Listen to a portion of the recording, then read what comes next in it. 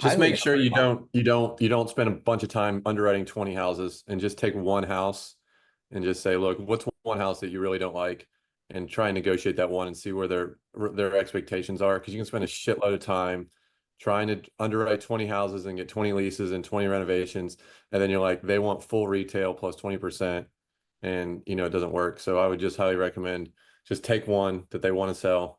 Say, let's just start with this one. Let's see where you're at, and then if it makes sense, then we'll look to the next ones. Yeah. And to Clark's point too, like once you get all the deals negotiated, I would be doing separate contracts on all of them For sure. if they needed renovations, because then if you did get great seller finance terms, you could just refi one at a time out, and so then you're just out construction proceeds per house. And when you refi out, you get that money back. You can go do the second, the third, the Yeah, fourth. let the other ones be rented.